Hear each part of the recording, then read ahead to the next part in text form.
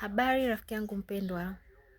Leo napenda nikukumbushe kitu kizuri sana cha msingi kwenye maisha yako ya upambanaji na utafutaji na pia maisha yako tu kwa ujumla. Kutoka katika kitabu cha Mithali sura ya 16 mstari wa 25, neno la Mungu linatuambia, iko njia ionekanayo kuwa sawa machoni pa mtu, lakini mwisho wake ni njia za mauti.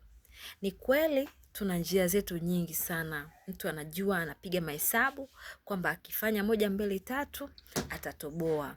Kwenye mtihani ataandika kibomu, atatoboa.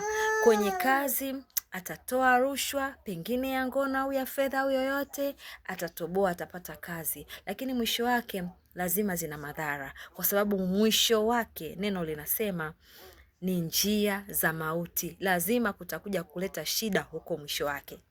Neno limetuambia mwisho wake ni njia za mauti. Kwa hiyo mwishoni lazima itakuletea shida tu kwa namna yoyote ile. Lakini Biblia inatuambia katika kitabu cha Mithali sura ya 3 mstari wa 5, inakwambia mtumaini Bwana kwa moyo wako wote, wala usizitegemee akili zako. Usifanyaje? Usizitegemee akili zako.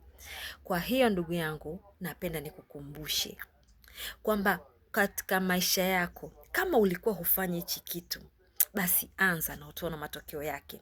Katika kila jambo linalohusiana na maisha yako, liwe la elimu, familia, mahusiano, kazi, biashara au mustakabali wako wa mbele, yaani chochote kinachohusiana na maisha yako, anza leo kumtegemea Bwana.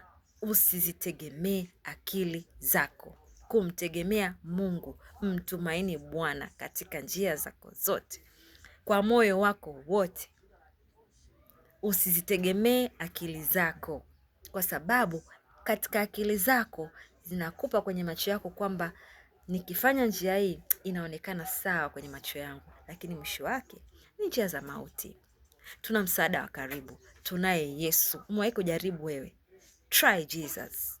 He will never fail you. Hawezi kukuangusha Yesu Kristo. Biblia inasema katika kitabu cha Yohana 14 sura mstari wa 6 kwamba Yesu naye akamwambia, ndimi njia, kweli na uzima.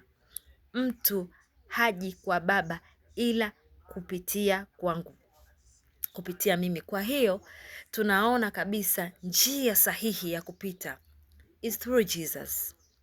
Ni kupitia Yesu tu. Kwa sababu njia yoyote utakoamua leo, ubishe, usibishe, ukubali, ukatae, njia yoyote utakayechagua kwa akili zako, jua kabisa hiyo njia mwisho wake ni ya mauti. Lakini njia ya kweli na uzima, sio tena mauti, na uzima ni Yesu Kristo. Kwa hiyo rafiki yangu, wewe unaendaga wapi? Unaendaga wapi wewe? Njoo kwa Yesu. Njoo kwa Yesu. Njoo kwa Yesu. Try Jesus. He will never fail you. Try Jesus.